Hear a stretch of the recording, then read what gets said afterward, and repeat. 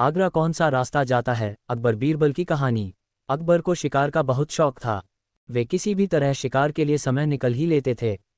बाद में वे अपने समय के बहुत ही अच्छे घुड़सवार और शिकारी भी कहलाए।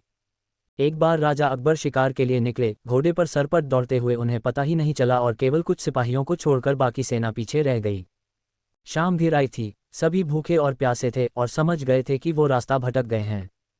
राजा को समझ नहीं आ रहा था कि वह किस तरफ जाएं।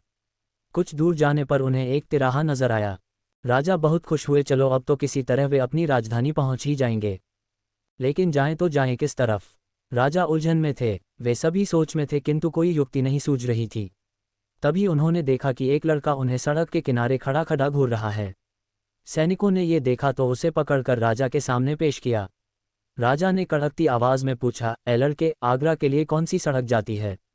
लड़का मुस्कुराया और कहा, जनाब, ये सड़क चल नहीं सकती तो ये आगरा कैसे जाएगी? महाराज, जाना तो आपको ही पड़ेगा। और यह कहकर वह खिलखिलाकर हंस पड़ा।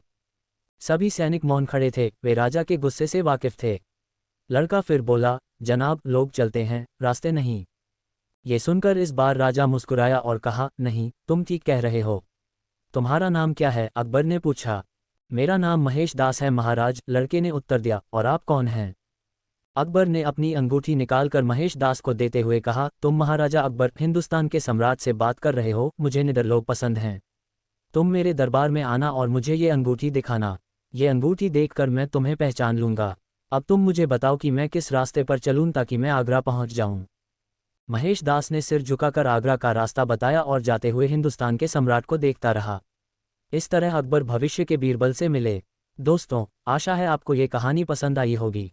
तो प्लीज़ लाइक करें, कमेंट करें और अपने फ्रेंड्स के साथ शेयर भी करें। इसी तरह की मज़ेदार हिंदी स्टोरीज़ के लिए हमें सब्सक्राइब करें। Please please please, thanks.